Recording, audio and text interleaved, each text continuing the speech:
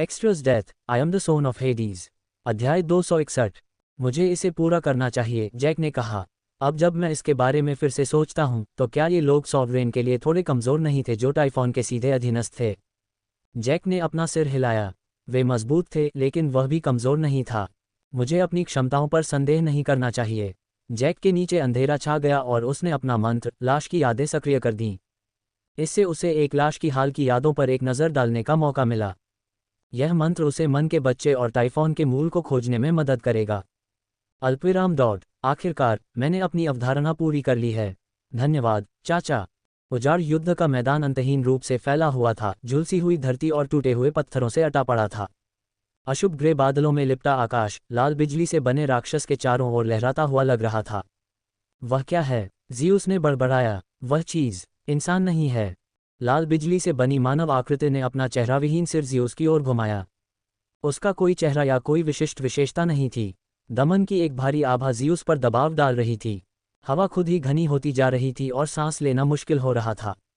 तीव्र भय ने उसके दिमाग पर प्रहार किया, जिससे उसकी नब्ज तेज हो गई। वह अनजाने में पसीना बहाने लगा। राक्षस एक झटके में गायब हो गया और ज़ीउस को लगा कि उसके पास से हवा का झोंका गुजर रहा है। क्या मुझे चीज़ कहना बहुत असभ्य नहीं है, चाचा? ज़ीउस के पीछे से आवाज़ गूंजी। ज़ीउस के हिलने से पहले उसकी आंखों और मुंह से खून टपकने लगा। उसके घुटने मुड़ गए और वह धूल में मुंह के बल गिर पड़ा। उसके शरीर से शक्ति खत्म होते ही उसके अपने खून की धातु जैसी गंध उसके नथुनों में भर गई। उसने मुझ पर हमला किया। कब? नहीं, उसका हमला मेरी सुरक्षा को इतनी आसानी से कैसे पार कर गया? ज़ीउस ने हिलने की कोशिश की लेकिन उसके शरीर ने कोई प्रतिक्रिया नहीं की। उसने बिजली को बुलाने का प्रयास किया लेकिन उसे एहसास हुआ कि उसका मन पूरी तरह से समाप्त हो चुका है। क्या, चाचा, आपकी सुरक्षा मेरी मृत्यु को रोकने के लिए पर्याप्त मजबूत नहीं है? नियो के शब्दों को सुनकर ज़ीउस को एहसास हुआ। नियो की मृत्यु शक्ति के एक बिल्कुल अलग क्षेत्र में पहुंच गई थी। मुझे उसे मृत्यु का निर्माण नहीं करने देना चाहिए था। यहाँ तक कि ज़ीउस जो किसी भी तकनीक का विश्लेषण, प्रतिवाद और नकल कर सकता था, वह नियो की मृत्यु को समझने में असमर्थ था। उसने नियो को घूर कर देखा। नियो ने उसे अनदेखा किया, गिरे हुए आदमी के पास से कदम बढ़ाते हुए। अब उसकी अवधारणा पूरी हो गई थी, मृत्यु पर उसकी महारत वापस आ गई थी और विशेषज्ञ रैंक तक पहुंच गई थी। तुम कहाँ जा रहे हो? अपोलो की आवाज़ गूंजी। वह नियो के रास्ते में खड़ा था। हवा भारी हो गई, पवित्र ऊर्जा से भरी हुई। जैसे ही अपोलो के दिव्य परिवर्तन ने उसकी शक्ति को बढ़ाया, युद्ध के मैदान में चमकीली सुनहरी रोशनी फैलने लगी। पवित्र तत्वों की दमनकारी उपस्थिति आसपास के वातावरण में तेजी से बढ़ गई। अपोलो ने पूरी ताकत से हमला किया। पवित्र लपटें चटकती हुई नियो की ओर बढ़ीं, तभी अचानक मर जाओ, नियो की आवाज़ गूंज उठी, ठंडी और निरपेक्ष। सुनहरा सूरज आसमान से गायब हो गया, जैसे किसी अदृश्य हाथ ने उसे मिटा दिया हो। अपोलो लड़खड़ा गया। उसकी ताकत धूप के साथ खत्म हो गई। उसने ऊपर देखा, उसका चेहरा सदमे से पीला पड़ गया। ये कहाँ चला गया? यह मर चुका है। नियो ने अपनी उंगलियां चटकाईं और अपोलो जमीन पर गिर पड़ा। उसकी सारी ताकत खत्म हो गई। चिंता मत करो, अगर आप स्पिरिट सीड को पर्याप्त दिव्य ऊर्जा खिलाते हैं तो आत्माओं को पुनर्जीवित किया जा सकता है। नियो अपोलो से आगे निकल गया। आगे अंधेरा जंगल भयावह रूप से दिखाई दे रहा था। कोयले की तरह काली छाल वाले मुड़े हुए पेड़ अस्वाभाविक रूप से हिल रहे थे, मानो जीवित हों। जंगल टाइफॉन का शरीर था और उसके भीतर कहीं टाइफॉन का कोर था। चूंकि टाइफॉन अंतरिक्ष में हेरफेर कर सकता था, इसलिए कोर को ढूंढना असंभव था जब तक कि टाइफॉन इसकी अनुमति न दे। नियो ने अपना हाथ उठाया। एम्पायर में और अधिक जानकारी प्राप्त करें। दिव्य तलवारबाजी 7वां रुख, टेनराइजेन। उसने नीचे की ओर वार किया। कुछ टूटा, फिर जंगल के भीतर का स्थान कांच की तरह बिखर गया। जिस दिशा में नियो ने वार किया, वहां की हर चीज सिकुड़ने लगी। चूंकि उसने अंतरिक्ष को मार दिया था, इसलिए अब टाइफॉन द्वारा इसे बड़ा नहीं किया जा रहा था और यह अपने मूल आकार में वापस आ गया। बहुत आगे सिकुड़ते हुए जंगल से एक विशाल पेड़ उभरा। इसका तना सैकड़ों मीटर मोटा था और इसकी शाखाएं पंजे वाले हाथों की तरह आसमान की ओर मुड़ी हुई थीं। शाखाओं के बीच में एक शक्तिशाली बवंडर खतरनाक तरीके से घूम रहा था। वह टाइफॉन का कोर है। नियो धीमे कदमों से आगे बढ़ा। जंगल में मानो जैसे जान आ गई हो। पेड़ और शाखाएं सांपों की तरह ऐंठकर उसकी ओर झपटी। हवा में लपटें उठीं, उसे भस्म करने के लिए दौड़ पड़ीं। जमीन हिल गई और धरती की दीवारें उसके रास्ते को रोकने के लिए खड़ी हो गईं। मरो, एक शब्द ग्रिम रीपर के आदेश की तरह गूंज उठा। सब कुछ शांत हो गया। जंगल का हमला रुक गया, मानो उसमें से जीवन खत्म हो गया हो। नियो उस विशाल पेड़ के सामने रुक गया जो टाइफॉन का कोर भी था। उसने अपना हाथ पेड़ के तने पर रखा। अनंत मृत्यु की अवधारणा, एक ऐसी मृत्यु जो अमर लोगों को मार सकती है, उन्हें अनंत काल तक सोने के लिए मजबूर करके। ये वह मृत्यु थी जिसके बारे में नियो ने स्फिंक्स के चौथे दर्शन में अनंत काल बिताने के बाद खुद ही जाना। उस समय वह मरना चाहता था और सोचता रहता था कि अमर होने के बावजूद वह खुद को कैसे मार सकता है। उसे जो उत्तर मिला वह था अनंत नींद मृत्यु, सपनों के बिना मृत्यु। एक ऐसी मृत्यु जिससे कोई पुनर्जीवित नहीं हो सकता, क्योंकि नींद सच्ची मृत्यु नहीं थी। नींद एक छद्म मृत्यु जो अनंत काल तक सोने के लिए मजबूर किए जाने पर सच्ची मृत्यु से कहीं अधिक बदतर हो सकती है। यहाँ तक कि अमरता भी किसी को अनंत नींद से नहीं बचा सकती। यह नियो की मृत्यु थी। नियो ने अपना हाथ विशाल वृक्ष की छाल पर रखा। उसने अपनी अवधारणा को उसमें धकेल दिया।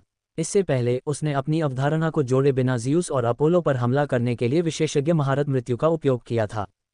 ये पहली बार था जब वह अपनी अवधारणा का उपयोग कर रहा था। पेड़ कांप उठा। उसने विरोध करने की कोशिश की। टाइफॉन उनकी लड़ाई से पैदा हुए हंगामे के कारण जागने की कगार पर था। लेकिन कुछ ही देर बाद ये हिलना बंद हो गया और एक लंबी नींद में चला गया। मुझे लगता है मुझे और ज़्यादा मेहनत करनी होगी। नियो ने अपनी हथेली को घूर कर देखा। किसी को अनंत काल तक सोने के लिए मजबूर करने के लिए बहुत ज़्यादा मात्रा में दिव्य ऊर्जा की ज़रूरत होती है। अभी मैं जो सबसे अच्छा कर सकता हूँ वह है इसे 30 साल तक सोने के लिए मजबूर करना। अगर किसी और ने नियो की निराश आवाज़ सुनी होती तो वे सदमे में आ जाते। यहाँ तक कि एक एम्पायरियन डेमिगॉड भी ऐसे लंबे समय तक चलने वाले हमलों का इस्तेमाल करने में परेशान होगा। उसने ऐसा तब किया था जब वह सिर्फ ग्रेड 5 मिथिक डेमिगॉड था। अब माना का बच्चा, नियो ने सहज रूप से इसे महसूस किया। टाइफॉन के कोर को नष्ट करना उसकी वर्तमान क्षमताओं से परे था। उसे गहरी नींद में धकेलना उसकी वर्तमान सीमा थी, क्योंकि उसकी मृत्यु की अवधारणा इसी ओर झुकी हुई थी। लेकिन नियो हतोत्साहित नहीं हुआ। जब वह अपने शाश्वत गुण और मन आक्रमण गुण में सफलता प्राप्त करेगा तो उसकी ताकत जल्द ही बढ़ जाएगी। प्रत्येक सफलता उसकी ताकत को कई गुना बढ़ा देगी। इसके अलावा उसका लक्ष्य टाइफॉन को हराना नहीं बल्कि मैना के बच्चे को बचाना था। उसने अपनी इंद्रियों को फैलाया। कुछ सेकंड बाद उसने अपने आगे विशाल स्पंदित पेड़ के तने के अंदर सैकड़ों लोगों की मौजूदगी महसूस की। वे ऐसे जीवन थे जिन्हें टाइफॉन राक्षसों में बदल रहा था। नियो के चेहरे पर भाव गहरे हो गए। उसने अपनी तलवार पर अपनी पकड़ मजबूत की। दिव्य तलवारबाजी चौथा रुख, रेयू नो माए। नियो ने एक पल में सैकड़ों बार वार किया। विशाल वृक्ष कराह उठा, क्योंकि वह हिस्सा जहां जीवन मानव बंदी थे अनगिनत छोटे छोटे टुकड़ों में कट गया था। मुक्त हुए मानव पतझड़ में पत्तों की तरह गिर पड़े। नियो ने उनके गिरने को कम करने के लिए अंधकार का उपयोग किया। काली धुंध जंगल के फर्श पर एक कोमल छाया की तरह फैल गई। टाइफॉन ने सभी प्रकार के लोगों को पकड़ लिया था, बूढ़े, युवा, महिला, पुरुष। जल्द ही जंगल के फर्श पर उनके बेहोश शरीरों के शांत ध्वनि से ग्लेड भर गया। उनमें से कुछ सामान्य थे, उनके चेहरे पीले लेकिन बरकरार थे। हालांकि उनमें से कुछ में विचित्र परिवर्तन थे। एक महिला के हाथ में एक मंटिस डरांती थी, जिसका दांतेदार किनारा फीकी चांदनी के नीचे खतरनाक ढंग से चमक रहा था। एक बच्चे का सिर एक सेंटीपीड का था, बेहोशी में भी उसके एंटीना हिल रहे थे। नियो की निगाह मुक्त बंदियों पर पड़ी। वह मन के बच्चे की तलाश कर रहा था। डैनियल ने एसोसिएशन को अपनी बहन के रूप के बारे में बताया था। नियो ने काउंसिल मीटिंग के दौरान रिपोर्ट में विवरण पढ़ना याद किया। उसे खोजने में उसे ज़्यादा समय नहीं लगा। वह भूरे बालों वाली एक लड़की थी और उसके चेहरे पर एक अलग सा निशान था। नियो उसके पास पहुंचा। रात की हवा ठंडी लग रही थी क्योंकि वह उसके स्थिर रूप के पास पहुंच रहा था। वह उसे उठाने ही वाला था कि अचानक रुक गया। उसने अपने शरीर को देखा, लाल बिजली का एक ढेर जो मुश्किल से नियंत्रित ऊर्जा के साथ चमक रहा था और चटक रहा था। जब मैं ऐसा हूं तो उसे छूना नहीं चाहिए। उसके मरने से पहले उसके पास ज़्यादा समय नहीं बचा था। हालांकि वह अपने पूरे शरीर को पुनर्जीवित करना चाहता था, लेकिन उसके पास इसके लिए पर्याप्त दिव्य ऊर्जा नहीं थी। अचानक मन का बच्चा हिल गया। अल्पविराम डॉट विस्मयादिबोधक चिन्ह प्रश्नवाचक चिन्ह। नियो जम गया। उसकी आंखें खुली, खोखली खाली कोट सीधे उसे घूर रहे थे। हे, तुम देर से आए हो, उसने कहा। उसकी आवाज़ धातु के खिलाफ घिसने वाली धातु की चीख की तरह थी। जैसे ही माना के बच्चे ने अपना मुंह खोला, नियो को अंदर काले काले अंधेरे की एक झलक मिली। देर से, बच्चा चिल्लाया। मैंने इस मानव बच्चे को पहले ही खा लिया है। तुम माना के बच्चे नहीं हो। नियो की आवाज़ में अविश्वास स्पष्ट था। टाइफन, सही। माना के बच्चे ने टूटी हुई गुड़िया की तरह ताली बजाई। उसके हाथ अस्वाभाविक रूप से हिल रहे थे। अगर तुम सोच रहे हो कि मैं कैसे जाग रहा हूं, तो मैं नहीं जाग रहा हूं। यह इरादा है या इच्छा, अगर तुम इसे इच्छा कहते हो, मैंने तुमसे बात करने के लिए माना के बच्चे में डाला है। उसकी खौफनाक हंसी जंगल में गूंज रही थी, पेड़ों से टकराकर एक भूतिया धुन की तरह उछल रही थी। हे भगवान, ये तो हैरान करने वाला था। मैंने कभी नहीं सोचा था कि तुम्हारे पास ऐसी अवधारणा होगी। शाश्वत नींद, मृत्यु। तुम्हारी वजह से मेरी योजना विफल हो गई। मैं आज ही जागना चाहता था। ये कहने के बावजूद कि वह हार गया था, टाइफॉन के इरादे ने कभी हंसना बंद नहीं किया। उसकी आवाज़ में उल्लास ने जंगल की खामोशी को और भी बेचैन कर दिया। अवधारणा, तुम्हें ये शब्द कैसे पता? इस युग में इस शब्द को गढ़ा नहीं जाना चाहिए था। मन के बच्चे की यादों से, इकाई ने एक बड़ी अप्राकृतिक मुस्कान के साथ कहा। मैं तुमसे और बात करना चाहूँगा, लेकिन बस इतना ही। मेरा इरादा खत्म हो गया है। नियो की निगाहों के नीचे माना का बच्चा धूल में मिल गया, ठंडी रात की हवा में बिखर गया। नियो वहीं जम गया। वह मुट्ठियां भींचता और खोलता रहा। उसे समझ में नहीं आया कि क्या हुआ था। वह इसे समझना नहीं चाहता था। उसकी रात की फीकी चमक ने आसपास के पेड़ों को रोशन कर दिया, क्योंकि उसके विचार दौड़ रहे थे। क्रूर वास्तविकता उसके लिए रुकी नहीं। यह आगे बढ़ती रही। Quest, fate of the world, विफल। आप माना के बच्चे की रक्षा नहीं कर सके। क्वेस्टलाइन, एंड ऑफ द वर्ल्ड, शुरू हो गई है। काउंटडाउन शुरू होगा। दुनिया के अंत तक बचा समय 39 साल 4 महीने 16 दिन 9 घंटे 47 मिनट 23 सेकंड। क्वेस्ट प्राप्त करना। क्वेस्ट 1, दुनिया के अंत को देखे दुनिया। इनाम, level up mind invasion X3। Quest 2, जीवित बचे आखिरी इंसान बने। इनाम, level up Anant X1, whisper of time X1। Quest 3, angel of $1 $AFS पर घाव करें। इनाम, लाइफ अफिनिटी। नियो ने क्वेस्ट स्क्रीन को देखा। हवा की ठंडी, धातु जैसी गंध उसके चारों ओर घूम रही थी, और दूर से आती हवा की आवाज़ उसके कानों में गूंज रही थी। फ्लोटिंग स्क्रीन से आने वाली मंद चमक ने उसे रोशन कर दिया। असफलता का एहसास धीरे धीरे उसके सामने आने लगा। वह असफल हो गया, और इसकी वजह से 39 साल में दुनिया खत्म हो जाएगी। यह एक मजाक होना चाहिए, है न? हम भविष्य से आए हैं। अगर दुनिया अभी खत्म हो जाती है तो भविष्य मौजूद नहीं रहेगा। ये संभव नहीं था, लेकिन सच्चाई उसकी आंखों के सामने थी। जैक से कुछ सप्ताह पहले कहे गए शब्द उसके मन में गूंज रहे थे। भविष्य बदल सकता है। अतीत में उनके कार्यों का भविष्य पर प्रभाव पड़ेगा। मानो नियो की उलझन का मजाक उड़ाने के लिए उसके बगल में छायाओं का एक दरवाज़ा दिखाई दिया। ये ठंडी हवा की फुसफुसाहट के साथ साकार हुआ, जिससे जगह और भी ठंडी हो गई। दरवाजे के बाहर सिर्फ घना अंधेरा था, और इसने अपने आसपास की सारी रोशनी को शून्य की तरह सोख लिया। उसमें से एक अलौकिक आवाज़ निकली, जो नर्म थी लेकिन अधिकार की धार लिए हुए थी। नियो हारग्रेव्स, तुम्हारा ट्रायल सफलतापूर्वक पूरा हो गया है। तुम इस दरवाजे से प्रवेश कर सकते हो और अपनी दुनिया में वापस लौट सकते हो। छायाओं की दुनिया के द्वारपालों में से एक -22 ने कहा। साम्राज्य में नई दुनियाओं का अन्वेषण करें। मेरी दुनिया में वापस लौटें। कौन सी दुनिया? अगर यह जगह नष्ट हो गई तो मेरी दुनिया नहीं रहेगी। कृपया जल्दी से वापस आ जाओ। यदि तुम वापस नहीं आए तो तुम हमेशा के लिए छाया जगत में फंस जाओगे। द्वारपाल ने नियो की दुविधा पर कोई ध्यान नहीं दिया। छाया जगत के निवासी के लिए इससे कोई फर्क नहीं पड़ता कि नियो की दुनिया नष्ट हुई या नहीं। नियो ने अपनी मुट्ठी भींच ली। उसे शांत होकर सोचना था। ऐसी स्थिति में अपना आपा खोना किसी की मदद नहीं करेगा। उसे शांत होकर ठीक से सोचना था। तुम्हारा क्या मतलब है कि मैंने सफलतापूर्वक परीक्षण पूरा कर लिया है? मन का बच्चा मर चुका है। तुमने मन के बच्चे की लाश को बचाया, और ऐसा करने वाले तुम पहले व्यक्ति थे, -22 ने उत्तर दिया। यही वह जगह है जहां तुम्हारी खोज समाप्त होती है। कृपया इस दरवाजे से प्रवेश करें। नियो ने लड़ाई तो जीत ली, लेकिन वह युद्ध हार गया। उसने शैडो ट्रायल पूरा कर लिया, लेकिन उसने अपने ट्रायल के लिए दुनिया को बर्बाद कर दिया। जैक के नियो के होश में आने पर फटी हुई धरती पर कदमों की हल्की सी आवाज़ गूंजी। वह एक अपठनीय भाव के साथ छाया से बाहर आया। सॉवरेन की यादों से उसका स्थान ढूंढने के बाद वह सीधे टाइफॉन के कोर में आ गया। हमें धोखा दिया गया है, जैक ने कहा। वह नियो की शक्ल देखकर हैरान था।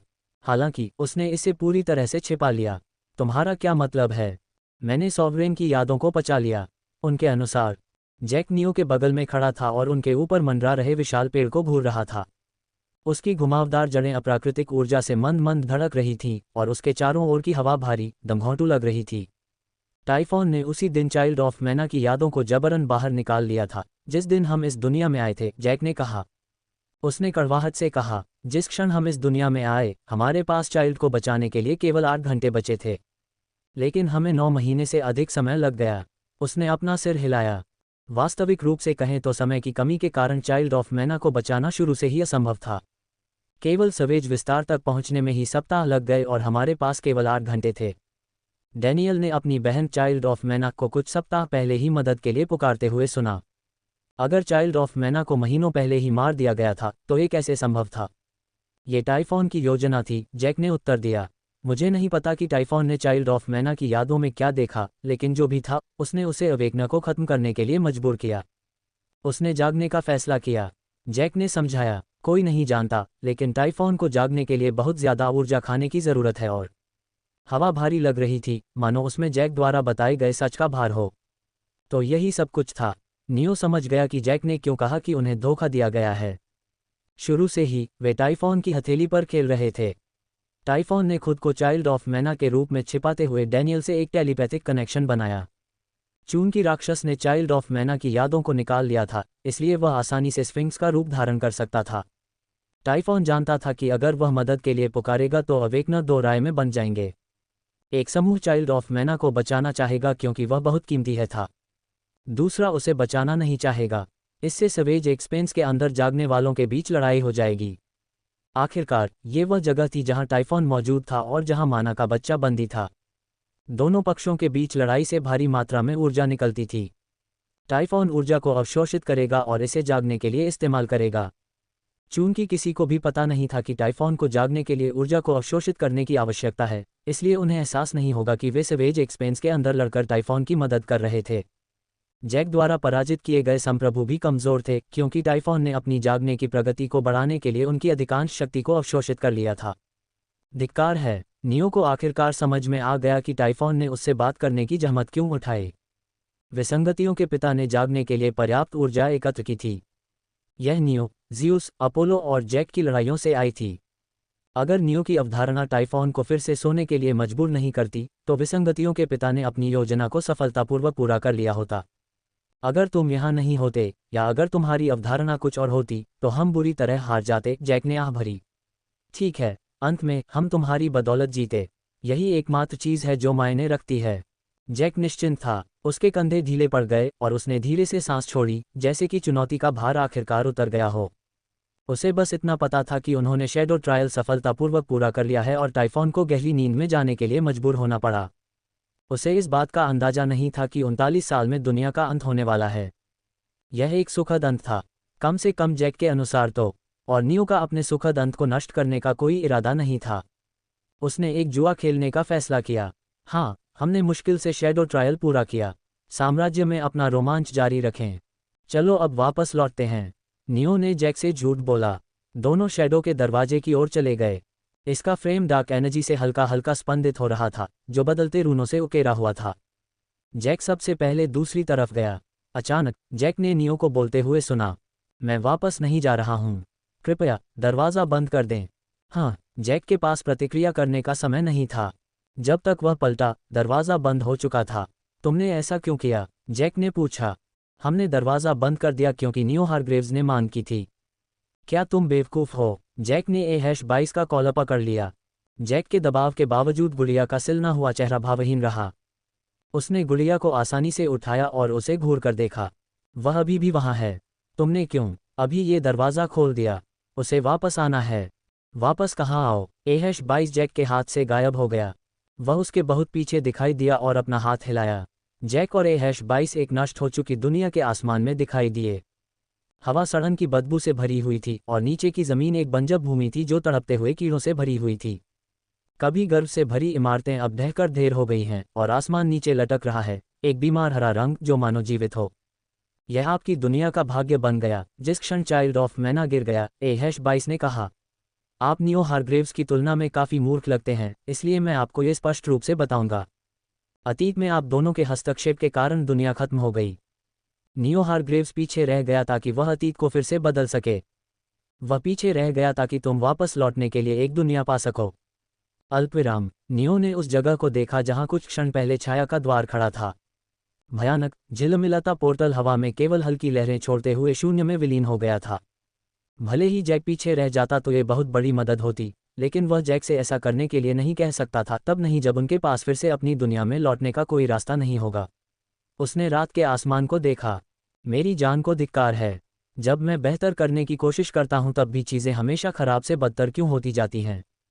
उसके चारों ओर का ठंडा, दमनकारी सन्नाटा उसके कानों को दबाता हुआ लग रहा था। उसने अपने शरीर की ओर देखा। उसके अंग हल्के से टिमटिमा रहे थे। उसके अस्तित्व को बनाने वाली लाल बिजली फीकी पड़ने लगी थी।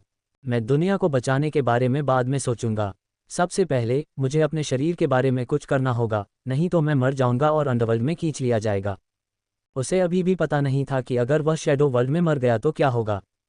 नियो ने अपना सिर उठाया और आसमान की ओर देखा। मैंने शैडो ट्रायल पूरा कर लिया है। मुझे इसके लिए मेरा इनाम दो। उसने शैडो सुप्रीम से बात करने की कोशिश की। उसके चारों ओर दमनकारी हवा भारी हो गई और छायाएं गहरी होती गईं, मानो इकाई सुन रही हो। सैद्धांतिक रूप से शैडो सुप्रीम को उसे देखने और सुनने में सक्षम होना चाहिए।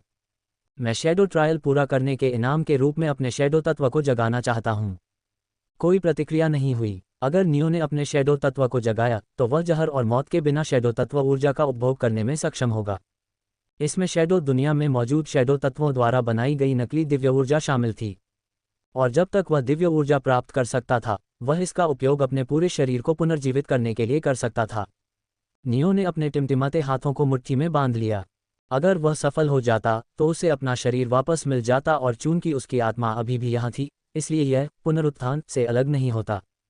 उसके बाद उसे अंडरवर्ल्ड में नहीं खींचा जाना चाहिए। सब कुछ पूरी तरह से तार्किक था, कम से कम सैद्धांतिक रूप से तो। नियो जानता था कि ऐसी कई जगहें हैं जहां यह गलत हो सकता है। शैडो सुप्रीम उसे उसका इनाम देने से मना कर सकता था क्योंकि वह अभी भी शैडो वर्ल्ड में था। इस बात की कोई गारंटी नहीं थी कि वह अपने पूरे शरीर को पुनर्जीवित कर सकता था, खासकर अपनी वर्तमान स्थिति में। साम्राज्य के बारे में अपडेट के लिए बने रहें। वह एक्सपर्ट मास्टरी डेथ का एक मिश्रण था, ऊर्जा का एक अस्थिर रूप जो किसी भी चीज को मार सकता था, यहां तक कि उसके अपने पुनर्जीवित शरीर को भी। एक और संभावना ये थी कि छद्म पुनरुत्थान करने के बाद भी उसे अंडरवर्ल्ड में खींचा जा सकता था। नियो ने निराशा में अपनी जीभ चटकाए। जोखिमों के बावजूद उसके पास कोई और विकल्प नहीं था। ऐसा अभिनय करना बंद करो जैसे तुम मेरी बात नहीं सुन सकते। मुझे वह इनाम दो जिसका मैं हकदार हूं। उसने लगभग छायाओं की हंसी सुनी और छायाओं का एक दरवाज़ा उसके सामने प्रकट हुआ। किसी तरह उसे पता था कि दरवाजे के अंदर क्या है। उसकी छाया। उसे इसे निगलने की ज़रूरत थी और वह अपने छाया तत्व को जगा लेगा। नियो ने दरवाजे में प्रवेश किया। वह शतरंज की बिसात जैसे फर्श और आकाश के साथ एक विशाल स्थान के अंदर दिखाई दिया। वहाँ एक बूढ़ा आदमी खड़ा था। वह एक छाया था। वह कौन है? वह मेरी छाया नहीं है। छाया ने उस पर राक्षस की तरह क्रूरता से हमला किया। नियो के 3 कदम के भीतर पहुंचते ही वह मर गया। नियो को कुछ भी करने की जरूरत नहीं थी। उससे निकलने वाली निष्क्रिय मृत्यु छाया को मारने के लिए पर्याप्त थी। वह इतना कमजोर क्यों है? नियो उलझन में था। उसने छाया की लाश देखी और उसे निगलने का फैसला किया। छाया ने जिस वास्तविक व्यक्ति की नकल की थी उसकी यादें नियो के दिमाग में उभरीं। वह एक बुजुर्ग व्यक्ति था जो पहाड़ों की गहराई में एकांत में रहता था, जमीन पर रहकर और प्रकृति के साथ संवाद करते हुए अपना जीवनयापन करता था। यादों को पचाने के बाद नियो ने कुछ आश्चर्यजनक घटित होते देखा।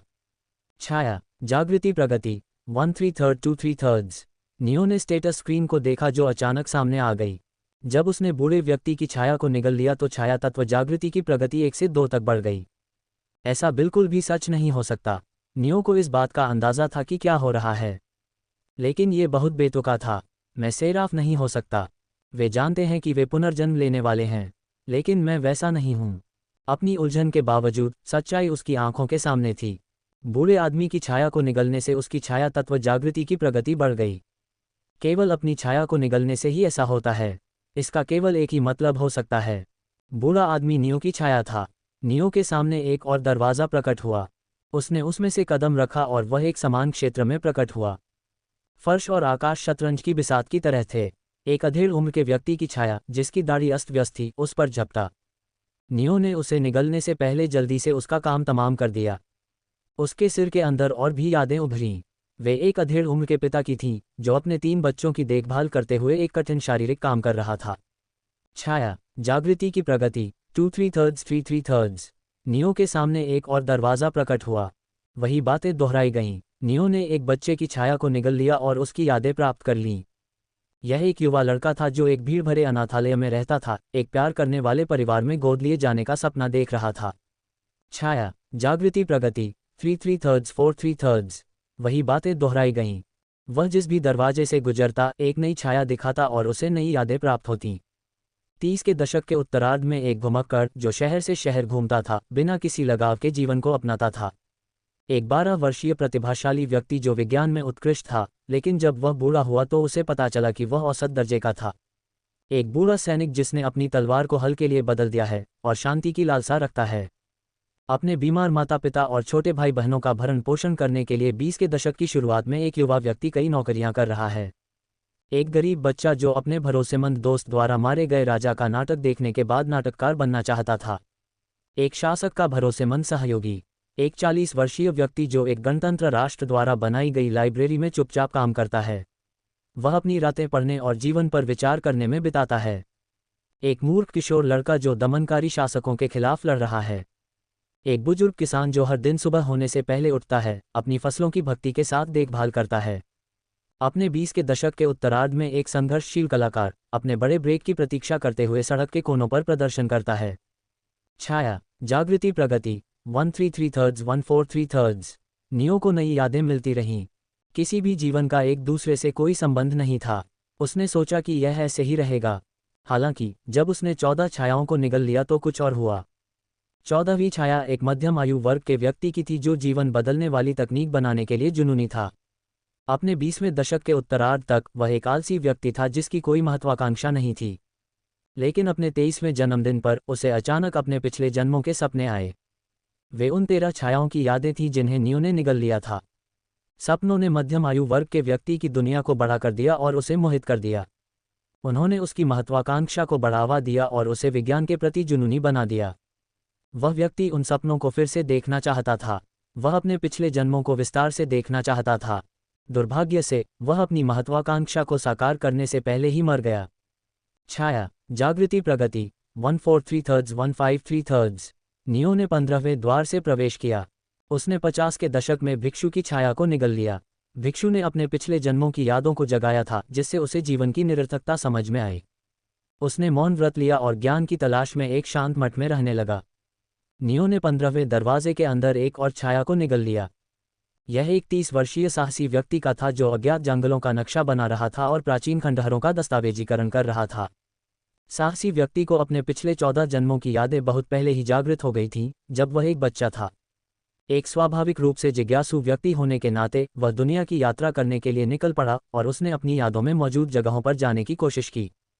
छाया, जागृति, प्रगति। 153 163।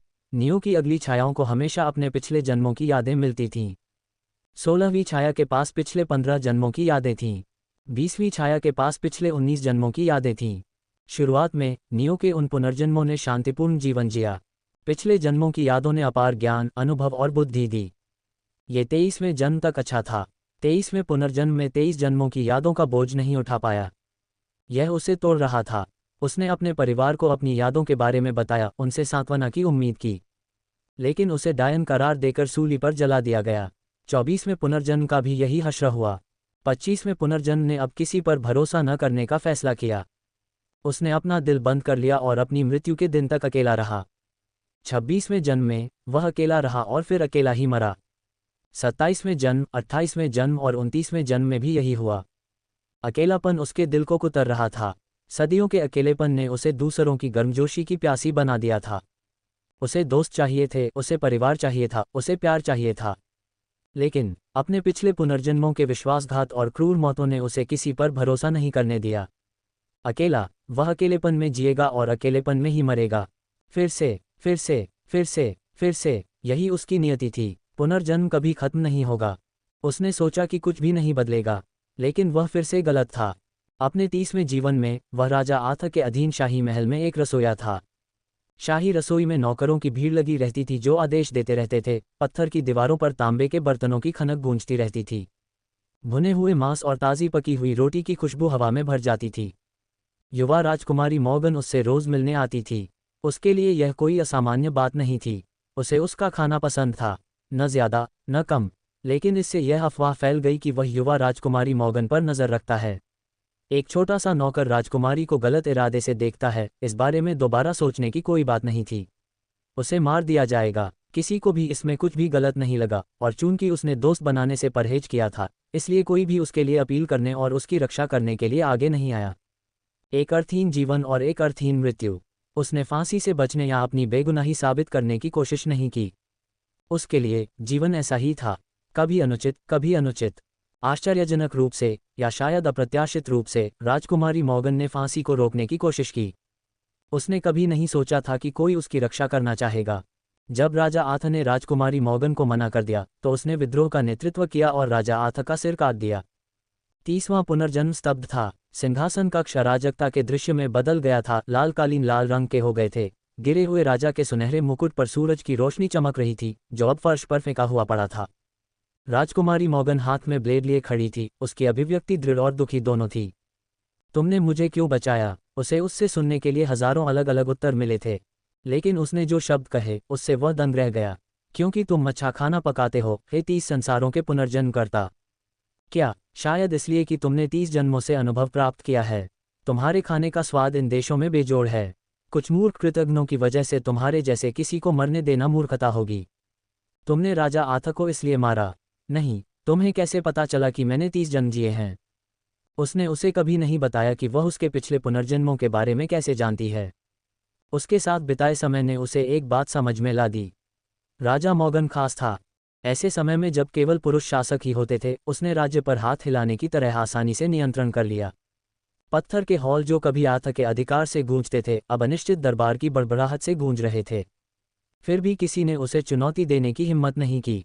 वह उससे जवाब मांगता रहा, लेकिन उसने हमेशा उसे अनदेखा कर दिया।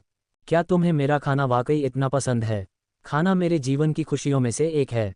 जैसे जैसे वे एक दूसरे के साथ समय बिताते रहे, दोनों दोस्तों से कहीं ज्यादा करीब हो गए। शायद वे कुछ और भी हो सकते थे, लेकिन उसने कभी दोस्ती की सीमा नहीं लांघी। और करीब और उसके साथ बिताए समय की मिठास उसे तब सताएगी जब वह फिर से जन्म लेगा। राजा मॉर्गन एक विलक्षण व्यक्ति था। उसकी ताकत बेजोड़ थी और उसका ज्ञान महासागरों से भी गहरा था। फिर भी उसे विजय में कोई रुचि नहीं थी। अगर उसने उसे युद्धों में नहीं देखा होता तो उसे लगता कि वह एक आलसी बिल्ली है जो केवल भोजन मांगना जानती है। उसके शाही कक्ष उसके व्यक्तित्व को दर्शाते थे। आधे आलीशान, आधे अव्यवस्थित। कमरे में नक्शे, किताबें और आधे खाए हुए व्यंजन बिखरे हुए थे। साम्राज्य पर पढ़ना जारी रखें। उसके साथ उसका समय खुशनुमा था, लेकिन राजा मॉर्गन जैसा शक्तिशाली व्यक्ति भी मौत को नहीं हरा सकता था। उसे जहर दिया गया था। उस दिन महल के गलियारे खामोशी और निराशा से भरे हुए थे। मोमबत्तियां टिमटिमा रही थीं, उनकी रोशनी मंद पड़ रही थी, मानो अपरिहार्य शोक मना रही हो। अपनी मृत्यु के द्वार पर उसने केवल उसे अपने बिस्तर के पास रहने दिया। एन्नियो, उसकी कांपती हुई आवाज़ ने उसके दिल को दुखाया। उसके सामने एक बार अजय आकृति अब कमज़ोर लग रही थी। उसका पीला चेहरा देखने में दर्दनाक था। तुमने मेरी ईमानदारी से सेवा की है। मुझसे कुछ भी मांगो, मैं तुम्हारी इच्छा पूरी करूंगी। उसके आंसू रुकने का नाम नहीं ले रहे थे। सदियों के अकेलेपन के बाद किसी से प्यार करने का दर्द उसे तोड़ रहा था। वह उसे खोना नहीं चाहता था। क्या इसीलिए उसने बेवकूफ़ी भरा फैसला लिया? कृपया मेरी यादों को सील कर दो। मैं अब इन जिंदगियों को याद नहीं करना चाहता। तुम्हें क्या लगता है कि मैं ऐसा कुछ कर सकता हूँ? मुझे उम्मीद है कि तुम कर सकते हो। राजा मॉर्गन उस पर अपने अंधविश्वास पर हंसा। उसकी हंसी की हल्की आवाज़, भंगुर और नर्म, ने उसकी छाती को जकड़ लिया। मैं तुम्हारी यादों को सील कर सकता हूँ, लेकिन मुझे नहीं पता कि सील कब टूटेगी। और यादों को सील करना हर जीवन की यादों को एक अलग कंटेनर में रखने जैसा था। उसे नहीं पता था कि कंटेनर सील कब टूटेगा। इस बात की बहुत संभावना थी कि अगर कंटेनर गलत क्रम में टूटते तो उसकी यादें आपस में मिल जातीं। उदाहरण के लिए, अगर उसकी 10वीं और 30वीं जिंदगी की यादें मिल जातीं तो परिणामी यादों का कोई मतलब नहीं रह जाता। वह अपने 10वें जीवन में बेंजामिन क्लिंटन और अपने 29वें जीवन में नियो थॉम्पसन था। अगर वे यादें मिल जाती तो उसे लगता कि उसने दो के बजाय सिर्फ एक ही जीवन जिया है, और उस जीवन का नाम नियो क्लिंटन है। यादों को सील करने के खतरों में से यह सिर्फ एक था। क्या तुम सच में चाहते हो कि मैं तुम्हारी यादों को सील कर दूं? हाँ, वह अपनी समस्याओं से बच रहा था। उसे लगा कि किंग मॉर्गन उसे काय कहेगा, लेकिन उसने उसे एक दयालु मुस्कान के साथ देखा। हफ हफ। जब यादें खत्म हो गईं तो नियो की सांस फूल गई। साम्राज्य पर और अध्याय खोजें। उसकी छाती जोर से ऊपर नीचे हो रही थी। आखिर ये यादें क्या हैं? देवताओं के युग में सेराफ बनाए गए थे। सर्वनाश आने के बाद उन्होंने पुनर्जन्म लेना शुरू कर दिया, लेकिन नियो सर्वनाश से सैकड़ों हजार साल पहले से पुनर्जन्म ले रहा था। वह तब से वहां है जब पहली सभ्यताएं उभर रही थीं। उसने सभ्यताओं को बढ़ते, विलीन होते और विकसित होते देखा था और अंत में सर्वनाश के कारण समाप्त होते देखा था। नियो हर युग में रहा था। क्यों? वह अपने पुनर्जन्म के लिए कोई कारण नहीं सोच पाया। सर्वनाश के बाद ही रहस्यमय मात्राएं पृथ्वी पर प्रकट हुईं। उससे पहले पुनर्जन्म संभव नहीं होना चाहिए। नहीं, मैं गलत सोच रहा हूँ।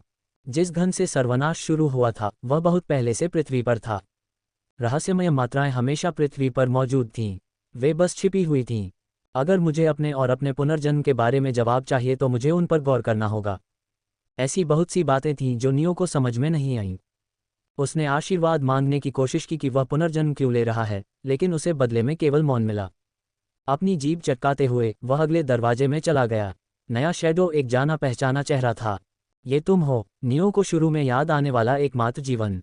वह क्रोनोस और क्लेन का भाई था, एक अनाथ, एक लड़का जो सफलता प्राप्त करने का सपना देखता था। शैडो ने नियो की ओर तेज गति से दौड़ लगाई। नियो ने बिना किसी हिचकिचाहट के शैडो को मार डाला। उसकी लाल बिजली चमकी और अंधेरे को चीरते हुए जानी पहचानी आकृति को चकनाचूर कर दिया। भले ही छाया उस नियो की हो जिसे वह जानता था, लेकिन उसके सामने वाला एक राक्षस के अलावा कुछ नहीं था। और तो मैं ऐसा दिखता था। नियो को अपने मूल जीवन से बमुश्किल कुछ याद था। छायाओं को निगलने से उसकी यादें ताज़ा हो गईं। छाया, जागृति, प्रगति, 313 323। अब जब मैं इसके बारे में सोचता हूँ, शुरुआत में जागृति प्रगति 1/33 क्यों थी? ये सवाल उसके दिमाग में गूंजता रहा। मुझे किसी भी छाया को निगलने की याद नहीं है। यह नियो को परेशान करता था कि उसके पास अपने अनगिनत सवालों के जवाब नहीं थे। ये जानते हुए कि इसके बारे में सोचना समय की बर्बादी है, उसने अपने सामने दिखाई देने वाले छाया द्वार में कदम रखा। बस एक और छाया, और वह छाया तत्व को जगा देगा। छाया तत्व अन्य तत्वों की नकल कर सकता है। नियो इसका उपयोग करने के लिए उत्सुक था, लेकिन बेशक यह आसान नहीं होने वाला था। नियो हारग्रेव्स की छाया उसके सामने खड़ी थी। कमरे में दमनकारी सन्नाटा नियो की छाती के चारों ओर कस गया। छाया से दम घुटने वाली आभा निकल रही थी। इसका रूप उसके वर्तमान स्वरूप को दर्शाता था, लाल बिजली का एक मानवीय द्रव्यमान, एक तूफान की तरह चटकती और फुफकारती हुई। चूंकि नियो की जागृति प्रगति 1/33 थी, इसका मतलब था कि वह पहले ही एक छाया को खा चुका था। उसे उम्मीद थी कि यह नियो हारग्रेव्स की छाया होगी। दुर्भाग्य से उसकी उम्मीदें पूरी नहीं हुईं। छाया की लाल बिजली चमक उठी, जिसने अंधेरे को रोशन कर दिया। यह उसकी हर हरकत को पूरी तरह से दर्शाता है, शक्ति की हर चिंगारी उसकी अपनी झलक है। तो तुम अंतिम परीक्षा हो। नियो की मुठियां भींच लीं और बिजली की चमक उसके शरीर से होकर गुजरी। वह अपनी छाया के सामने खड़ा था, ये जानते हुए कि छाया उसकी सभी क्षमताओं का उपयोग कर सकती है। वह सतर्क रहा। उनमें से कोई भी नहीं हिला, उनकी आंखें बंद थीं, मानो वे एक दूसरे को देख रहे हों। फिर बिना किसी चेतावनी के दोनों आकृतियां एक साथ आगे बढ़ीं। उनकी तलवारें एक बहरे विस्फोट के साथ आपस में टकराईं, जिससे हवा में शॉकवेव फैल गईं और फर्श पर ऊर्जा के चाप बिखर गए। नियो ने अपने दांत पीस लिए क्योंकि प्रभाव के बल ने उसे पीछे की ओर खिसका दिया, लेकिन उसने जल्दी से अपना संतुलन वापस पा लिया। दिव्य तलवारबाजी, अर्ध चौथा रुख, रियूनोमाए। पलक झपकते ही छाया गायब हो गई। नियो के पीछे फिर से प्रकट हुई और उसकी पसलियों पर एक क्रूर स्पिनिंग किक मारी। चौथे रुख में 2 तकनीकें शामिल थीं, एक तेज पैर की हरकत जो लगभग तात्कालिक गति की अनुमति देती थी और एक तेज वार की बौछार। दोनों को मिलाकर उपयोगकर्ता को ऐसा लगता था मानो वे नाच रहे हों।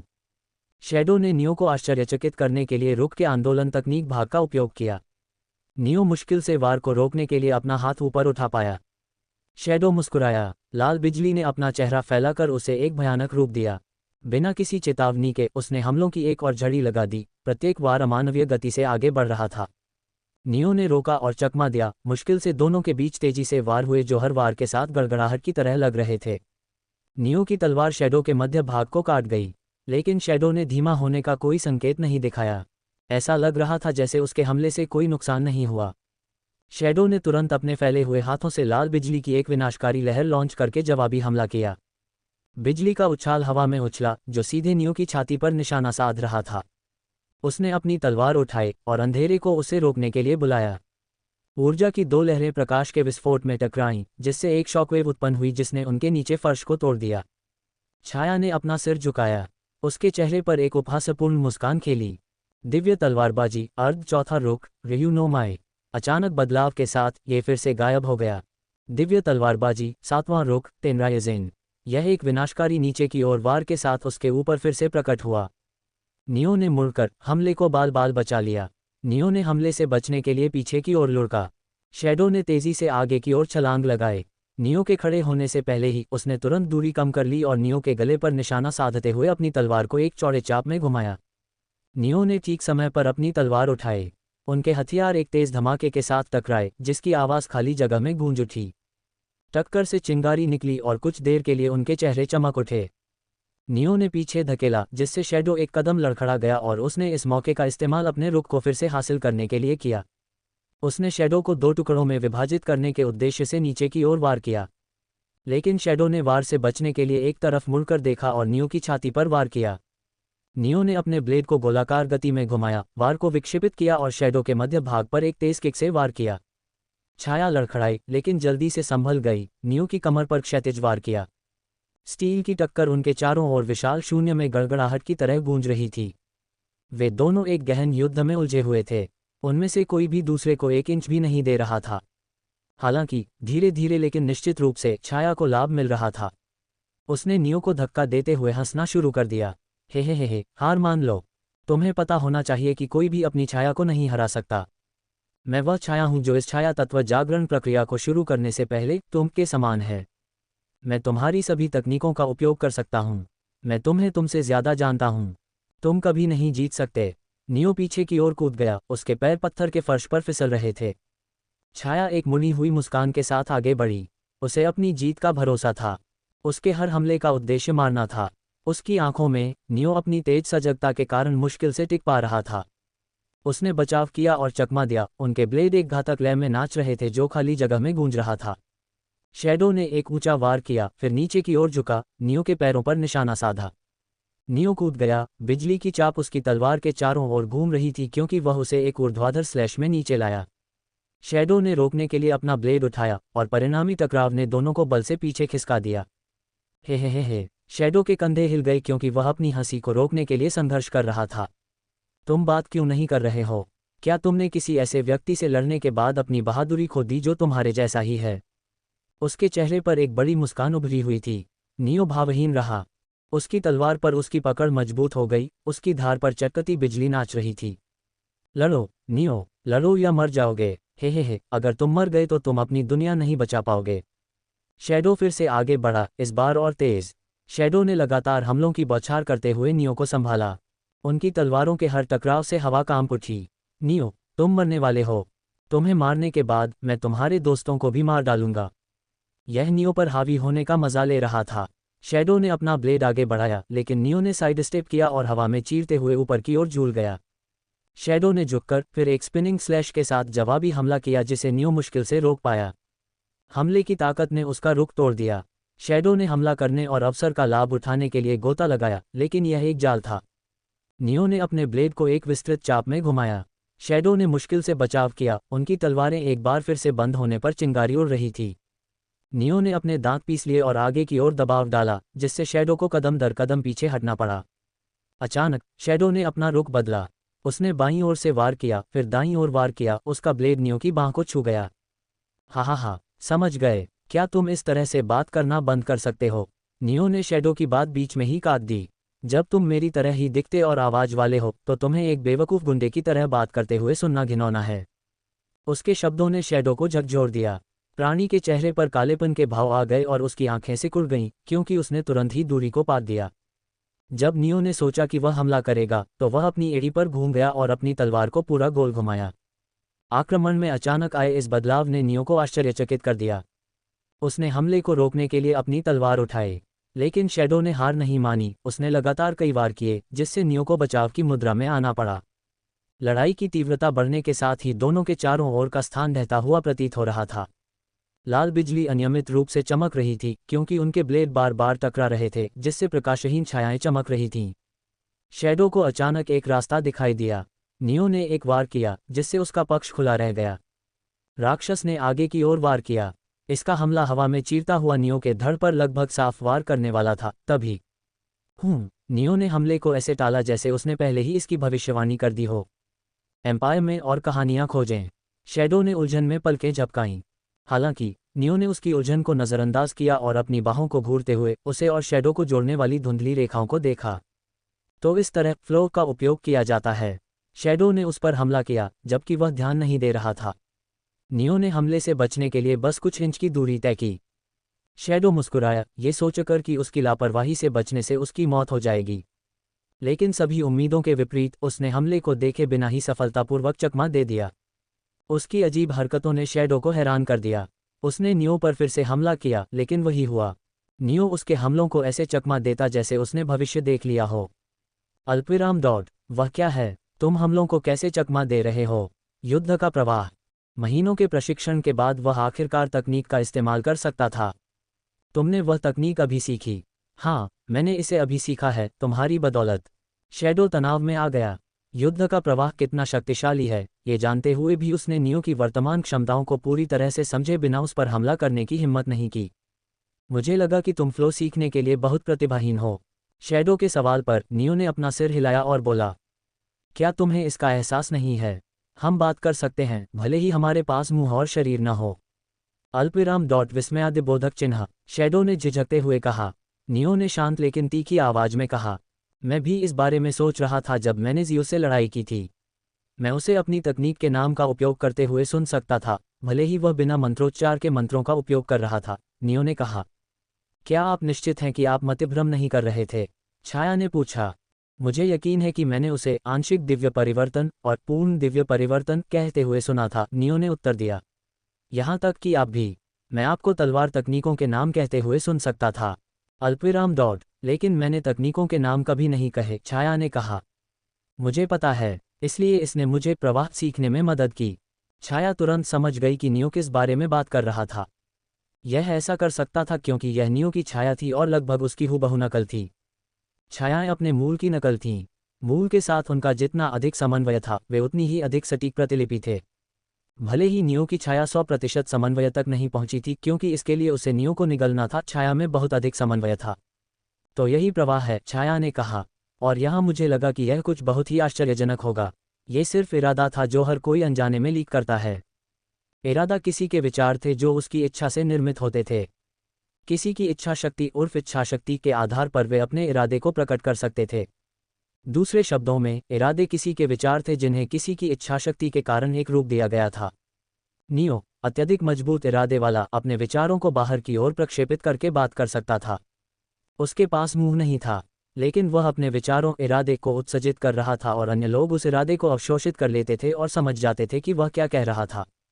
ये टेलीपैथी का एक आदिम रूप था। शैडो को बेतुका लगा। नियो ने जैसे ही समझा कि वह इंटेंट से बात कर रहा है, उसने फ्लो सीख लिया। क्या तुम्हें चिंता नहीं है कि मैं भी फ्लो अनलॉक कर दूंगा, अब जब मुझे पता है कि यह कैसे काम करता है? शैडो ने सवाल किया। उसका लहजा तीखा और उपहास से भरा हुआ था। नियो का चमकता हुआ रूप अडिग रहा। आप प्रवाह का उपयोग नहीं कर सकते, उसने समान रूप से उत्तर दिया। मैं भी इसे मुश्किल से अनलॉक कर पाया, और आप मेरी 100% नकल नहीं हैं। आपकी प्रतिभा मुझसे भी बदतर है। ऐसा कोई तरीका नहीं है जिससे आप इसे उतनी जल्दी सीख सके जितनी मैंने सीखी। छाया का चेहरा इस स्पष्ट अपमान से मुड़ गया।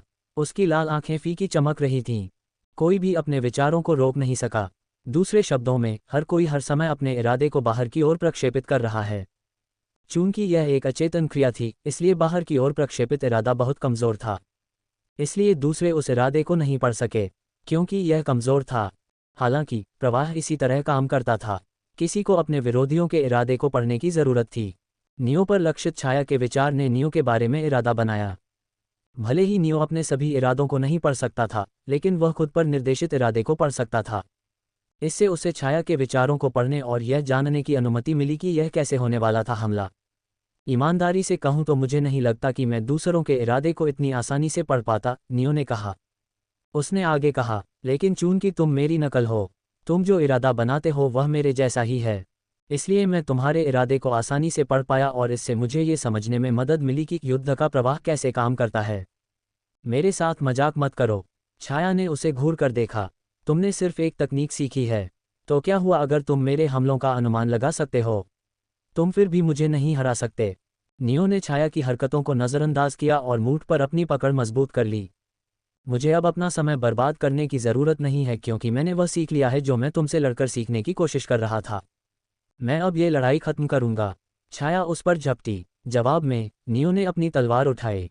दिव्य तलवारबाजी 8 रूप। 5 मिनट पहले नियो और उसकी छाया तेज गति की लड़ाई में उलझे हुए थे। जबकि छाया अपना फ़ायदा उठाने की कोशिश कर रही थी, नियो का दिमाग किसी और चीज़ पर लगा हुआ था। मैं अभी भी इसे समझ नहीं पा रहा हूँ। हम मुंह या शरीर के बिना बात क्यों कर सकते हैं? उसने समाधान के लिए बहुत सोचने की कोशिश की। आखिरकार उसने कुछ नोटिस किया। छाया की आवाज़ मेरी आवाज़ जैसी ही है। मैं इसे बिना कान के कैसे सुन सकता हूँ? मैं आंखों के बिना कैसे देख सकता हूँ? उसकी रक्तरेखा और तात्विक समानताएं उसकी आत्मा से जुड़ी हुई थीं। ये समझ में आता था कि वह बिना शरीर के उनका उपयोग कैसे कर सकता है। लेकिन उसकी शारीरिक इंद्रियां अलग थीं। जब उसने इसके बारे में सोचा तो जवाब स्पष्ट था। मैं देख नहीं सकता, सुन नहीं सकता या बात नहीं कर सकता। तो अभी यह क्या है? मैं अपने आसपास के वातावरण को कैसे देख रहा हूँ? नियो को इसका एहसास नहीं था, लेकिन वह आत्मज्ञान की अवस्था में प्रवेश कर रहा था। ये सच था कि नियो में औसत दर्जे की प्रतिभा थी। उसके जैसे व्यक्ति के लिए आत्मज्ञान ऐसी चीज़ थी जिसे वह कभी भी प्राप्त करने की उम्मीद नहीं कर सकता था। लेकिन नियो के पास एक अनूठा लाभ था। वह लंबे समय तक जीवित रहा था। जितना कोई कल्पना कर सकता है उससे कहीं अधिक लंबा। हजारों वर्षों की स्मृति से प्राप्त अनुभव ने उसे बहुत कुछ सिखाया। उसका आत्मज्ञान अतिशय प्रतिभा से पैदा नहीं हुआ था। यह उसकी बुद्धि और प्रयासों का फल था। चलिए इसे चरण दर चरण सोचते हैं। मैं बिना मुंह के कैसे बात कर सकता हूँ? उसके विचार मंथन करते रहे। मौत की लड़ाई में उलझे होने के बावजूद नियो पूरी तरह से अपने आत्मज्ञान पर केंद्रित था। जवाब उसे एक पल में मिल गया। इरादा ही एकमात्र ऐसा क्षेत्र था जिसमें उसकी प्रतिभा थी। आखिरकार उसके पास बहुत मजबूत इच्छा शक्ति थी। मैं इंटेंट के साथ एलिमेंटल्स से बात कर सकता हूँ। इसके लिए मुझे अपने मुंह का इस्तेमाल करने की ज़रूरत नहीं है। लोग एलिमेंटल्स से बात करने के लिए मंत्र बोलते थे, लेकिन यह उनके इरादों को मजबूत करने के लिए था। नियो या ज़्यूस जैसे मजबूत इरादे वाले लोग बिना जोर से बोले मंत्रों का इस्तेमाल कर सकते थे। इस तकनीक को मंत्रविहीन मंत्र कहा जाता था। इसमें किसी के इरादे को बाहर की ओर प्रक्षेपित करना और एलिमेंटल्स के साथ संवाद करना शामिल था। तो मेरी छाया और मैं इरादे से बात कर रहे हैं, लेकिन मेरी दूसरी इंद्रियों का क्या? मैं हमारी तलवारों की टकराहट क्यों सुन सकता हूँ और छाया को रुख अपनाते हुए क्यों देख सकता हूँ? क्या ये भी इरादे की वजह से है? ऐसा लग रहा था जैसे नियो का शरीर ऑटो पायलट पर था। नियो ने इरादे का विश्लेषण करते हुए छाया से लड़ना जारी रखा। उसने गहराई से जानने की कोशिश की और अपने आसपास के माहौल पर ध्यान केंद्रित किया। और उद्धरण अल्पविराम डॉट विस्मयादिबोधक चिन्ह प्रश्नवाचक चिन्ह उद्धरण। यह क्या है? जिस क्षण उसे समझ में आया कि वह इरादे की बदौलत बात कर रहा है, उसे एक और तथ्य का एहसास हुआ। उसकी सभी इंद्रियां उसके आसपास के इरादे को समझकर काम कर रही थीं। नियो के लिए ऐसा लग रहा था जैसे एक नई दुनिया खुल गई हो। हर चीज़ में इरादा होता है। तलवार, जमीन, यहाँ तक कि आवाज़ें भी, उन सभी में इरादा होता है। वह दूरदर्शी था, सोचता था कि केवल जीवित प्राणियों में ही इरादा हो सकता है। मुझे लगा कि इरादे के हेरफेर से पैदा होने वाली क्षमताएं सीमित थीं क्योंकि मेरे पास एक शक्तिशाली इरादा था और मैं इसके साथ ज़्यादा कुछ नहीं कर सकता था। वह गलत था, बहुत गलत। इरादे में और भी बहुत कुछ है। नियो के होठों पर मुस्कान आ गई। महीनों से जो जवाब वह खोज रहा था, उसे पाकर वह खुश हो गया। नियो ने आखिरकार शैडो पर ध्यान केंद्रित किया। वह शैडो द्वारा उत्सर्जित किए जा रहे अनगिनत इरादों को देख सकता था। उसकी हताशा, डर, गुस्सा। नियो को उसकी सभी भावनाएं स्पष्ट थीं। इरादा यही कर सकता है। उसने शैडो से प्राप्त अनावश्यक इरादे को अनदेखा किया और नियो के बारे में शैडो के विचारों को समाहित करने वाले इरादे पर ध्यान केंद्रित किया। तुरंत उसने शैडो से निकलने वाली अनगिनत रेखाओं को देखा और अपने शरीर के विभिन्न हिस्सों पर उतरते देखा। ये हमले के रास्ते हैं जिनका उपयोग शैडो मुझ पर हमला करने के लिए करने की सोच रहा है। इरादे ने नियो को शैडो के विचारों को पढ़ने की अनुमति दी। उसने शैडो के हमले को चकमा दिया और बड़बड़ाया, तो यह युद्ध का प्रवाह है। नियो को एक बात का एहसास हुआ। युद्ध का प्रवाह इरादे के द्वारा किए जा सकने वाले कामों का एक छोटा सा हिस्सा था। केन के अनुसार युद्ध का प्रवाह किसी को अपने प्रतिद्वंद्वी के हमलों की भविष्यवाणी करने की अनुमति देता है। लेकिन नियो अपने प्रतिद्वंद्वी के विचारों और भावनाओं को भी देख सकता था। दूसरों के विपरीत जिन्होंने अपनी प्रतिभा के कारण ज्ञान प्राप्त किया और यह नहीं समझा कि उनकी क्षमताएं कैसे काम करती हैं, नियो का ज्ञान उसके अनुभव से आया। वह युद्ध के प्रवाह की तकनीक के बारे में सब कुछ समझता था क्योंकि उसने इसे शुरू से ही सीखा था। शैडो से थोड़ी बात करने के बाद नियो ने सब कुछ खत्म करने का फैसला किया। दिव्य तलवारबाजी, 8वां रूप। अचानक नियो रुक गया। उसने अपनी तलवार नीचे कर ली। कोई बात नहीं, तुम्हें केन की 8वीं तकनीक का अनुभव करने वाला पहला व्यक्ति बनाना बेकार है, नियो ने कहा। मैं चाहता हूं कि यह कोई ऐसा व्यक्ति हो जो इस तकनीक का हकदार हो, न कि निम्न स्तर के राक्षस जिन्हें मैं आसानी से हरा सकता हूं। उसके शब्दों ने शैडो को विराम दिया। राक्षस का चेहरा विकृत हो गया। तुम्हारी हिम्मत कैसे हुई? तुमने मुझे निम्न स्तर का राक्षस कहने की हिम्मत कैसे की? शैडो नियो पर झपटा, लेकिन उसने राक्षस को आसानी से चकमा दे दिया। नियो ने जिस सहजता से हमलों को चकमा दिया, उससे ऐसा लग रहा था जैसे वह शैडो के हमले की भविष्यवाणी कर रहा था। मैं तुम हूँ। एक शैडो खुद से बेहतर मूल को जानता है। अगर तुम उस तकनीक का इस्तेमाल कर सकते हो तो मैं भी कर सकता हूँ। शैडो ने अपनी यादों को खंगाला। नियो के साथ उच्च समन्वय होने के कारण उसके पास नियो के बहुत सारे अनुभव और यादें थीं। अगर मैं उसकी यादों और अनुभवों का इस्तेमाल करूं तो मैं आत्मज्ञान प्राप्त कर सकता हूं। शैडो ने सोचा। मैं अपनी यादों को देखने की सलाह नहीं दूंगा। हा, तुम मुझे आत्मज्ञान प्राप्त करने से रोकने की कोशिश कर रहे हो। अच्छी चीजों को छिपाने की कोशिश मत करो, नियो। शैडो ने बोलना बंद कर दिया और वह जम गया, चुप हो गया। कुछ सेकंड बाद शैडो हंसने लगा। फिर वह रो पड़ा। यादें क्या हैं? इतनी सारी यादें क्यों हैं? मैं इतनी सारी यादें सहन नहीं कर सकता। शैडो ने बार बार अपना सिर फर्श पर मारा, हंसा, रोया और चिल्लाया। उसने तलवार फेंक दी और अपने गले पर पंजे मारने लगा। इसीलिए मैंने तुमसे कहा था कि मेरी यादों में मत झांको, नियो ने कहा। मेरे साथ तुम्हारा तालमेल 100% नहीं है। इसका मतलब है कि तुम्हारी इच्छाशक्ति मेरी जितनी मजबूत नहीं है। मेरी सारी यादें देखने के बाद कमजोर इच्छाशक्ति के साथ तुम किसी भी तरह से समझदार नहीं रह सकते। नियो के पास बहुत सारी यादें थीं। अपने जीवन के सैकड़ों साल, हजारों लोग जिन्हें उसने अपने आशीर्वाद से शुद्ध किया और उनकी यादें प्राप्त कीं। और अंत में स्फिंक्स का चौथा दर्शन जहां उसने अनंतकाल बिताया। अनंतकाल की यादें उसकी मां ने सील कर दी थीं, लेकिन उन अनगिनत वर्षों के दौरान उसने जो भावनाएं महसूस की वे सील नहीं थीं।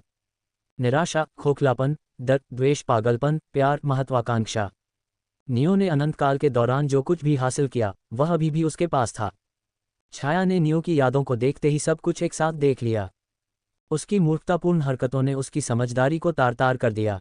मैं जीना नहीं चाहता, मैं जीना नहीं चाहता, मैं जीना नहीं चाहता, मैं जीना नहीं चाहता, मैं जीना नहीं चाहता, मैं जीना नहीं चाहता, मैं जीना नहीं चाहता, मैं जीना नहीं चाहता, मैं जीना नहीं चाहता, मैं जीना नहीं चाहता, मैं जीना नहीं चाहता, मैं जीना नहीं चाहता, मैं जीना नहीं चाहता, मैं जीना नहीं चाहता, मैं जीना चाहता हूँ। नियो हारग्रेव्स की यादें नियो में समा गईं। वह 2 मनुष्यों से पैदा हुआ था जिन्होंने अपने देवता वंश को नहीं जगाया था और उसका एक बड़ा भाई था। नियो हारग्रेव्स के विपरीत, जिसका शरीर अपनी मां की तरह स्वस्थ था, हेनरी हारग्रेव्स का शरीर बहुत कमजोर था। इससे उसे नियो के प्रति हीन भावना विकसित हो गई। बचपन से ही भाइयों के बीच संबंध तनावपूर्ण थे। नियो हारग्रेव्स ने इस पर ज्यादा ध्यान नहीं दिया। वह अपने जीवन से संतुष्ट था। हारग्रेव्स परिवार हेफेस्ट्स कबीले का एक उपकबीला था। हाइगॉड कबीले ने उसके परिवार के साथ अच्छा व्यवहार किया, भले ही उनके वंश में कोई देवता नहीं था। नियो हारग्रेव्स खुश था, लेकिन शताब्दी टूर्नामेंट के दौरान सब कुछ बदल गया। एक सदी में एक बार होने वाली घटना के रूप में इसे बहुत मनाया गया और हेफेस्ट्स कबीले के लगभग हर सदस्य ने इसमें भाग लिया। वह दिन, जो नियो के जीवन का सबसे खुशनुमा दिन होना चाहिए था, तब टूट गया जब आसमान टूट गया और टूटे आसमान से हजारों आंखें बाहर निकल आईं। अखाड़े के ऊपर आसमान में तूफान आया, जिसने दिन के उजाले को एक अशुभ धुंधलके में बदल दिया। भीड़ की जय जयकार चीखों में बदल गई जब विचित्र राक्षस नीचे उतरे। वे तड़पती आंखों का एक समूह थे जो आत्माओं को चीरते हुए लग रहे थे। उस विचित्र राक्षस को देखते ही नियो हारग्रेव्स की आंखें फट गईं और वह एक अपंग में बदल गया। नियो हारग्रेव्स को लगा कि वह मर जाएगा। उसे बस अपनी मां की आवाज़ याद थी जो उसे बता रही थी कि सब ठीक हो जाएगा। उसके माता पिता ये कहते हुए चले गए कि वे राक्षस के बारे में कुछ करेंगे। वे कभी वापस नहीं आए। केवल नियो हारग्रेव्स और उनके बड़े भाई हेनरी हारग्रेव्स ही बचे थे। भाई, माँ और पिताजी, हिच, वे कहाँ हैं? नियो हारग्रेव्स को अपने भाई की बाहों में रोना याद आया। वे दोनों मलबे के नीचे छिप गए, प्रार्थना करते हुए कि 1000 आंखों वाला शैतान उन्हें न ढूंढ पाए। मैं जाकर माँ और पिताजी को ढूंढूंगा। उन्हें बाहर गए हुए कई घंटे हो गए हैं और वे वापस नहीं आए, छोटे हेनरी ने नियो से कहा था। मत जाओ, मुझे डर लग रहा है। नियो ने जो कहना चाहा उसे अपने दिल में रख लिया। वह समझ गया, उसका भाई उससे नफरत करता था और अब नियो एक अपंग था जो किसी भी क्षण मर सकता था। वह एक बोझ था। नियो के साथ रहने के बजाय हेनरी के लिए अकेले भाग जाना बेहतर था। अरे, तुम क्या सोच रहे हो? हेनरी ने नियो के माथे पर हाथ फेरा था। मैं अपने छोटे भाई को अकेला छोड़कर खुद भाग नहीं सकता। हेनरी समझ गया कि नियो डरा हुआ है और उसने अपने माता पिता की तलाश करने के बजाय नियो के साथ रहने का निर्णय लिया। नियो हारग्रेव्स को जो आखिरी बात याद थी वह थी उसके कमज़ोर इरादों वाले बड़े भाई की यह बात कि वह नियो की रक्षा करेगा। जब नियो जागा तो घटना को 1 सप्ताह बीत चुका था। उन्होंने इसे 0 खिड़की #8477 घटना कहा। पूरा हेफेस्ट्स कबीला नष्ट हो गया। केवल नियो और हेनरी हारग्रेव्स ही बचे थे। इस बदलाव ने नियो को बहुत प्रभावित किया। छोटा बच्चा रो भी नहीं पा रहा था। अगर हेनरी, जो इस घटना से परिपक्व हो चुका था, उसके साथ न होता तो वह 1000 आंखों वाले राक्षस के बुरे सपने से बचने के लिए खुद को मार डालता। सौभाग्य से यह एक वरदान था। हेफेस्ट्स कबीले की विरासत नियो, हेनरी और हेफेस्ट्स कबीले के कुछ बचे हुए सदस्यों के बीच विभाजित की गई, जो टूर्नामेंट में शामिल नहीं हुए और इस तरह बच गए। हेनरी ने समझौते के पैसे का इस्तेमाल एक नया व्यवसाय शुरू करने के लिए किया और उसने इसे एक पीढ़ी के भीतर सबसे बड़े व्यापारिक साम्राज्यों में से एक बना दिया। हेनरी को कई बाधाओं का सामना करना पड़ा। उस समय हेनरी की जानकारी के बिना नियो की हत्या कर दी गई, लेकिन किसी और ने, एक नए नियो ने उसकी जगह ले ली। हत्या फिर से हुई, एक और नए नियो ने उसकी जगह ले ली। ये कई बार दोहराया गया जब तक कि नियो, जो एक ज़ॉम्बी से मर गया था, नियो हारग्रेव्स के शरीर में स्थानांतरित नहीं हो गया। छाया, जागृति, प्रगति, 3 2 3 3 तो यही सब कुछ था। नियो ने अपने सिर की मालिश की। यादें हासिल करने से उसे बहुत सी बातें समझने में मदद मिली। हर बार जब उसकी हत्या की जाती थी तो उसके पिछले जीवन की यादों में से एक पर लगी सील टूट जाती थी। टूटी हुई सील कच्ची ऊर्जा में घुल जाती थी और नियो के क्षतिग्रस्त शरीर और आत्मा को पुनर्जीवित कर देती थी। मेरी चोटों को ठीक करने वाली सील का टूटना एक संयोग नहीं हो सकता। मैं केवल यही सोच सकता हूं कि किंग मॉर्गन ने सील को इस तरह से बनाया है। जितना ज्यादा नियो ने इसके बारे में सोचा, यह उतना ही हास्यास्पद होता गया। नियो हारग्रेव्स के शरीर में कभी भी अलग अलग लोग नहीं आए। वे सभी मेरे पिछले जन्मों के लोग थे, जिनकी यादें दूसरे जन्मों से मिल गई थीं और उन्हें लगने लगा था कि वे अलग अलग लोग हैं। नियो को समझ नहीं आ रहा था कि उसे हंसना चाहिए या रोना चाहिए। ये वाकई हास्यास्पद था, और यहाँ मैं सोच रहा था कि मुझे ये सुनिश्चित करने की ज़रूरत है कि हेनरी को यह एहसास न हो कि मैंने उसके भाई के शरीर को तब अपहरण कर लिया था जब मैं पहली बार ट्रांसमाइग्रेट हुआ था। हालांकि अभी भी कुछ ऐसा है जो मुझे समझ में नहीं आ रहा है। कोई मेरे ही घर में कई बार मेरी हत्या कैसे कर सकता है? ऐसा कोई तरीका नहीं है जिससे कोई सामान्य हत्यारा हेनरी की इंद्रियों को कई बार बेवकूफ़ बना सके और पकड़े जाने के बिना मेरी हत्या कर सके। नियो ने एक अपराधी उम्मीदवार के बारे में सोचा, लेकिन तुरंत अपना सिर हिला दिया। ऐसा कोई तरीका नहीं है जिससे वह हत्यारा हो। जैसे ही उसने अपना चिंतन समाप्त किया, उसके कोर के भीतर से एक नई शक्ति फूट पड़ी। वह महसूस कर सकता था कि उसकी छाया आत्मीयता सफलतापूर्वक जागृत हो रही है। इसने नियो को उस विशाल उपस्थिति को महसूस करने की अनुमति दी जो उसके परीक्षण को देख रही थी। पर्याप्त देखा। उसने आकाश की ओर देखा। इकाई मुस्कुराए और झपट्टा मारा, जिससे नियो के लिए परीक्षण छोड़ने का एक दरवाज़ा बन गया। जाने से पहले मैं तुमसे कुछ पूछना चाहता हूँ, नियो ने इकाई से कहा। मेरी छायाएं छाया खिड़कियों के अंदर क्यों नहीं दिखाई दी? अगर उसकी छायाएं खिड़कियों में प्रकट होती तो नियो को कभी भी छाया दुनिया में प्रवेश करने की आवश्यकता नहीं होती। नियो को लगा जैसे आकाश में मौजूद कोई प्राणी हंस रहा है। आसमान आधी रात के समुद्र में लहरों की तरह लहरा रहा था। ऊपर मौजूद प्राणी ने अपनी उंगलियां चटकाईं और नियो के सामने एक गुड़िया प्रकट हुई।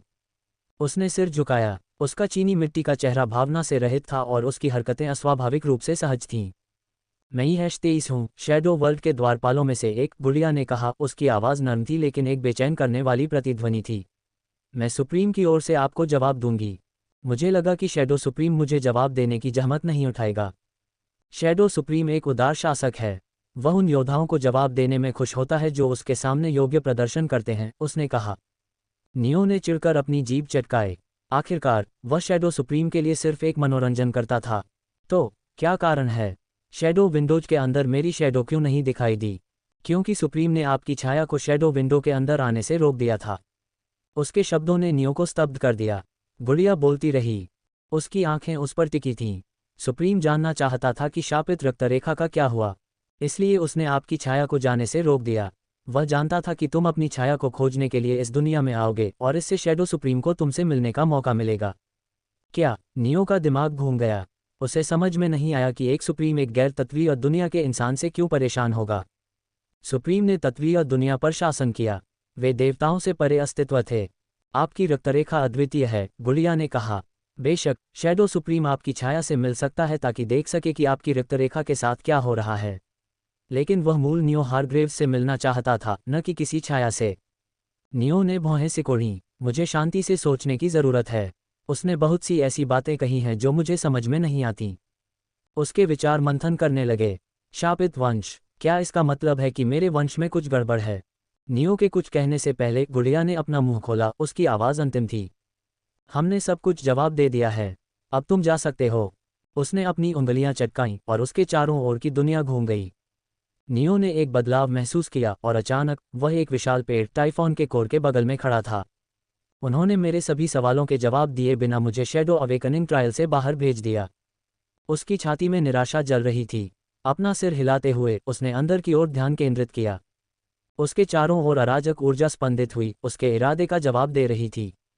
मैंने शैडो आत्मीयता को जागृत कर लिया है, चलो इसे आजमाते हैं। शैडो तत्व उपयोगकर्ता को अन्य तत्वों की नकल करने की अनुमति देता है। नकल का स्तर उपयोगकर्ता की नकल किए गए तत्व की समझ पर निर्भर करता है। मुझे ऐसे तत्व की नकल करने की कोशिश करनी चाहिए जिससे मेरा कोई जुड़ाव न हो लेकिन मुझे उसकी अच्छी समझ हो। ये होगा। नियो की हथेली से काली रोशनी निकली। यह मंद लेकिन स्थिर थी। पवित्र तत्व की नकल की। मैं इसका इस्तेमाल कर सकता हूँ। पवित्र तत्व द्वारा कई बार हमला किए जाने से उसे इसके बारे में थोड़ी समझ हासिल करने का मौका मिला। कहने की ज़रूरत नहीं है कि नियो द्वारा नकल किए गए पवित्र तत्व कमज़ोर थे। उसे पवित्र तत्व की थोड़ी ही समझ थी, लेकिन अधिक अभ्यास करने के बाद ये बदल जाएगा।